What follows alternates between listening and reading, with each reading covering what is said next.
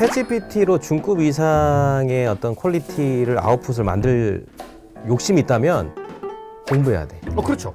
공부하는 사람이 더 퀄리티 있는 아웃풋을 만들 수 있는 거예요. 공부 얘기가 나왔으니까 제가 하나 좀 덧붙이고 싶은데 많은 분들의 오해 중에 하나가 챗GPT를 사람들이 쓰면 사람들이 머리를 안 쓴다. 바보가 된다. 이건 진짜 틀린 말이에요.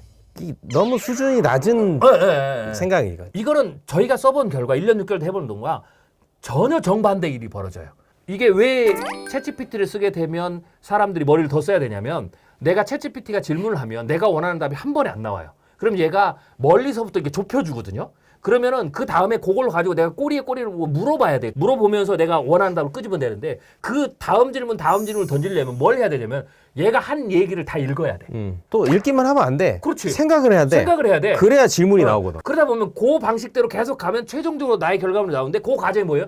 이게 전부 학습의 과정이에요. 그러니까 챗GPT를 사용하면 할수록 학습을 더 하는 거지. 제대로 사용하면 사람이 머리를 안 쓰는 게 아니에요. 챗GPT를 쓰면 사람이 많이 쓰면 사람이 바보가 되더라. 생각도 안 한다. 이렇게 말하는 분은 저희가 단언코 얘기할 수 있어요. 둘 중에 하나예요. 첫 번째, 안 써보셨든지. 두 번째, 초보 수준의 질문만 던지고 말았든지. 영화를 너무 많이 그렇죠. 보죠. 그냥 영화에서 얘기했던 그런 이제 이미지만 생각하고 이거 해줘 그러면 알아서 그냥 뭐 잘 해준 것처럼. 우리가 얘가 얘기해주는데 다 지시만 받고 멍하고 이렇게 가는 잘못된 환상이 있었던 거고 이게 이제 거쳐지고 나면 생성형 인공지능은 인간을 더 바보로 만드는 것이 아니라 오히려 인간의 어떤 발전, 지적인 발전이라든지 더 발전하는 그렇죠. 인류 문명의 문명이 발전이라든지 더 발전할 수밖에 없는 발전할 거예요. 수 있도록 만드는 굉장히 중요한 도구라는 거죠. 우리 사회가 개천에서 용이 안 난다라고 얘기하는 사회가 된 거잖아요. 근데 그 이유가 사실 이제 교육의 격차를 그렇죠. 얘기하는 건데 이제 더 이상 그것들의 어떤 스스로 올가맬 필요가 없는 시대로 가고 있다. 그러니까 본인의 의지가 있고 노력할 수 있다면 챗GPT가 어떤 학원이라는 어떤 거대 자본주의 힘이 아니더라도 그렇죠. 충분히 본인이 그럼요. 용이 될 수 있는 어떤 기회를 주는 찬스. 네. 그러니까 교육의 되는 격차가 거죠. 결국은 예. 돈의 문제인데 돈이 많으면 더 좋은 학원, 더 좋은 선생님을 만날 수 있는 거죠. 근데 돈이 없으면 그걸 혜택을 못 받잖아요. 그런데 현재 이게 중요한 거예요. 뭐 1년, 2년, 3년 뒤에 더 발전한 챗GPT가 아니라 지금 사용하는 그 챗GPT의 수준도 그것을 어떻게 쓰느냐의 노하우만 잘 익히면 지금 웬만한 학원들의 훨씬 선생님보다 훨씬 낫습니다. 그러니까 교육의 소외된 그렇죠. 지역에서 이걸 잘 사용한다면 교육 격차도 현저하게 줄여줄 수 있다라는 있어요. 거죠. 근데 문득 든 생각인데 농어촌 교회의 어떤 그런 지역들, 그럼요. 농어촌으로 가면 아이들이 뭐 많지는 않아도 몇 있잖아요. 근데 그런 데가 항상 느끼는 격차가 뭐냐면 일단 이제 주일학교, 그 다음에 뭐 수련회 성경학교 그렇죠. 뭐 이런 거거든요. 네. 근데 그것뿐만 아니라 교육도 마찬가지라고 본다면 교회가 그 농어촌 지역에서 이제 이런 것들을 잘 사용하면 여러 가지 사역들을 잘 해낼 수 있는 교육적인 측면에서나 맞아요. 뭐 이제 사역적인 측면에서 굉장히 탁월한 사역을 할 수 있는 이제 그런 시대가 그렇죠. 된 거죠. 그러니까 지금 생성형 인공지능은 응용력의 문제예요. 지금부터는 우리가 어떻게 창의적으로 그런 소외된 지역에 혹은 우리가 지금 못했던 사역들을 창의적인 사용 방법을 개발해서 그 문제를 해설하느냐. 예를 들면 농어촌 교회 같은 경우는 이럴 수도 있죠. 전문적인 교사가 없을 수 있어요. 그러면은 누군가가 이 챗GPT에 대해서 좀 배우면 그때의 어떤 이야기들을 동화로도 만들 수가 있고 교보제로도 만들 수가 있고 성경 공부 교재로도 만들 수가 있고 음악으로도 만들어. 음악으로도 만들 수가 있고 심지어는 지금 챗GPT가 이제 동영상을 만드는 걸 공개를 했잖아요. 그 시골에서도 영상을 만들 수 없는 지역에 있어도 영상 장비도 없어도 돼요. 그러니까 과거에는 메가처치들이 했던 사역들이 있었잖아요. 그렇죠. 메가처치였기 때문에 할 수 있는 거. 그렇죠. 그것들을- 인력과 자본이 들어가야 되는. 이제 그것들을 이제 메가처치가 아니어도 농어촌 교회라도 충분히 그런 효과를 낼 수 있는 효과를 낼 수가 있죠. 이제 네. 시대가 된 거죠. 그렇죠.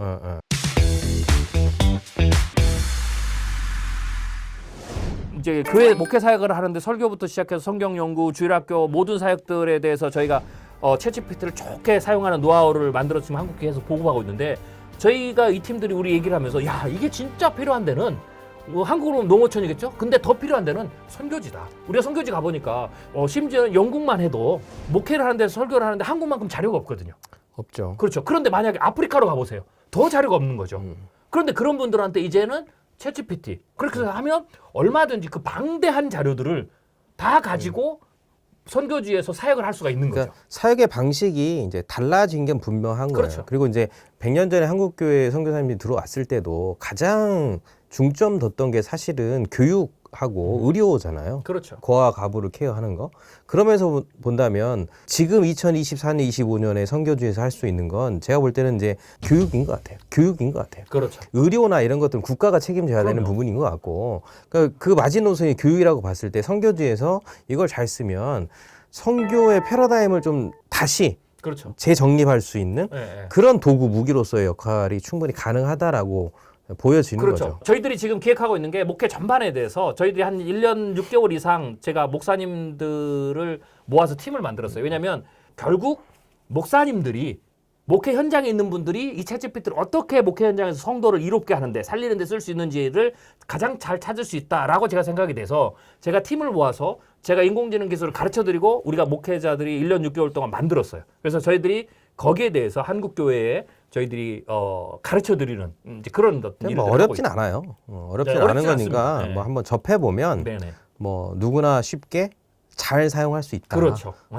라고 생각하시고 한번 도전하면 좋겠다. 그렇죠. 어쨌든 이제 시간의 격차라는 게 굉장히 중요한 부분이기 때문에 네네네. 진입을 빨리 하셔서 잘 사용하시는 게 중요한 거지. 그렇죠. 예, 이게 막 거부감 갖는다고 해결될 문제는 아니거든요. 네. 그러니까 저희가 사실은 엄밀히 보면 뭐 기술 만능주의자는 아니에요. 기술 중립주의자도 아니고. 그렇지만 우리 교단이 가지고 있는 칼빈주의적인 어떤 신학에서는 모든 기술은 출처가 하나님입니다. 그럼요. 네. 안타까운 것은 어떤 분은 인공지능을 뭐 새로운 666이다. 사탄의 기술이다. 뭐 이렇게 생각하는 분이 가끔 있어요. 맞아요. 가끔 네. 있어요. 근데 그거는 하나님을 모독하는 행위입니다.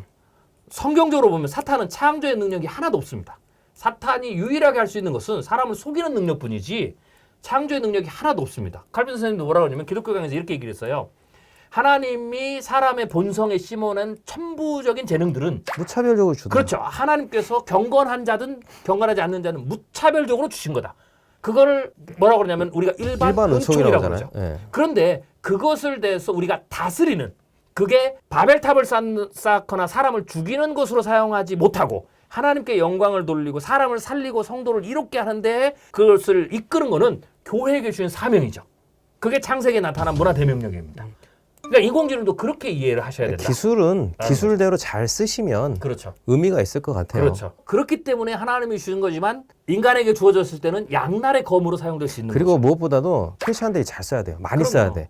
이단들도 쓰거든요. 저는 제가 칼럼도 몇 번 썼는데 한국교회 목회자들이 뭐 지금 이렇게 설문 나온 것처럼 이건 뭐 쓰면 안 돼, 뭐 이러면 큰일 나, 뭐 이러고 있는 동안 정말 잘 기억하셔야 될 게 이단들은요 이미 이 생성의 인공지능을 가지고 쓰기 시작했어요. 그러니까 이단들이 많이 쓰면 쓸수록 그 데이터가 영향을 미친단 그럼요. 말이에요. 영향을 미친단 그럼요. 말이에요. 네. 그래서 이제 기독교인들도 많이 좋은 쪽으로 많이 써야 되는 거예요. 그렇죠. 네. 그러니까 우리가 교회가 가만히 있으면 생성의 인공지능은 교회 밖에서는 결국은 우리 인간의 본성이 죄악된 본성이거든요. 이 도구들은 너무나 놀라워서 이 챗GPT는 강력해서 내가 마음만 먹으면 욕심을 부리면 다른 사람과 나의 격차를 더 벌리고 다른 사람을 더 지배하고 내가 부를 더 많이 내가 독점할 수 있게 할 수 있는 놀라운 힘을 가지고 있어요. 우리가 그거를 격차를 해소해야 되는 거죠. 오히려 이걸 통해서 사회적 약자, 디바이드가 돼 있는 사람들에게 도움을 줘서 더 끌어올리고 그러니까 이런 게 우리에게 역할이죠. 근데 교회가 이런 일을 안 하면 이런 세상들이 벌어질 수 있다라는 거죠. 맞아요.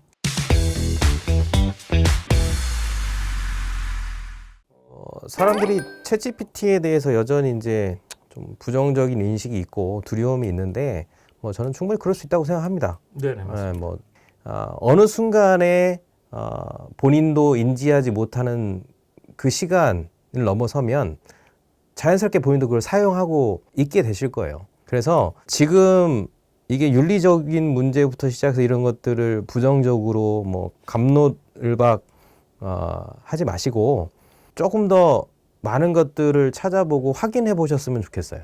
많은 리서치를 통해서 정말 뭐가 옳고 그른지 이게 지금 어디까지 왔는지를 좀 고민해 보셨으면 좋겠고 또 하나 무엇보다 더 중요한 건 결국에는 도구는 도구일 뿐이지 도구 이상의 것은 아니거든요. 결국에 하나님께서는 그 도구를 우리가 잘 사용하길 원하실 거고 그리고 무엇보다 더 중요한 것은 하나님께서는 사람들에게 주신 마음이라는 힘이 있으니까 그 힘을 잘 사용하는 게 더 중요하다라고 봤을 때 도구와 마음을 어떻게 잘 사용할 것인가를 생각한다면 이 문제는 뭐 자연스럽게 극복할 수 있는 문제가 아닌가라고 생각하고 기회가 되실 때마다 자꾸 활용해 보시면 많은 도움이 되실 것 같아요. 교회에 관련된 이야기를 할 때 저도 항상 이제 던지는 질문이 있는데 교회가 트렌드가 맞을까? 뭐 이런 젊은 세대조차도 굉장히 돈 씀씀이를 줄이고 있다. 경기는 사이클이 있거든요. 좋을 때도 있고 안 좋을 때도 있고 근데 평생 안 좋지 않거든요. 지혜를 가지고 잘 준비하는 게 필요한 것 같아요. 셀 처치가 있고요. 셀이 있는 교회가 있어요. 핵심은 경험이 중요하다는 거예요. 어떤 경험이겠어요?